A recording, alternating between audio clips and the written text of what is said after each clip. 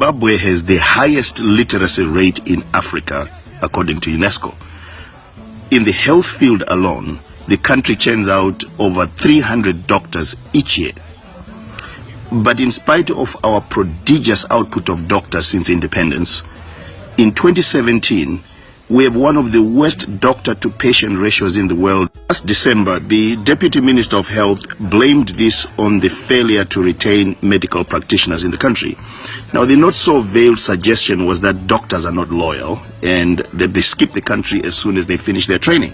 The Deputy Minister said nothing about the fact that after investing 7 to 9 years post-high school to training to save lives, doctors often struggle to make ends meet, while working in conditions where any efforts to save lives are undone by severe shortages of equipment and life-saving medicines. To his credit, the Deputy Minister also considered that the government's freeze on hiring is another reason for the shortage of doctors. Today, the new doctors who have completed their training in housemanship are neither being hired by government nor can work anywhere else without the open practice certificate that they can only get from practicing in the public health system.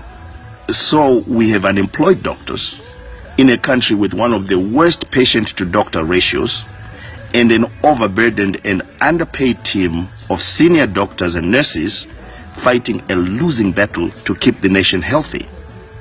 It is urgent for us to realize that government policy contradictions cost jobs and human lives.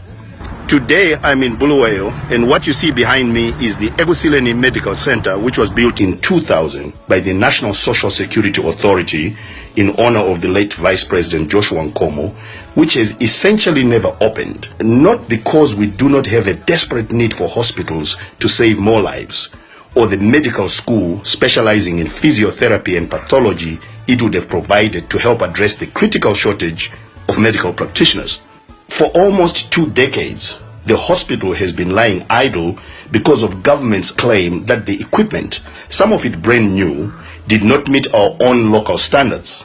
Attempts by private investors to resuscitate the facility have been thwarted by government in much the same way that the deal to revive Zisco Iron and Steel Works and the economy of Redcliffe and Kwekwe were also scuttled. Doctors and nurses who are taking industrial action not only have a right to strike, it is the responsibility and the patriotic duty of all of us to apply pressure on government to resolve the policy contradictions that are not just inconvenient, but are costing many lives. Zimbabwe, ilizwe letu, ilifa letu. Zimbabwe, nyika yedu, naka yedu.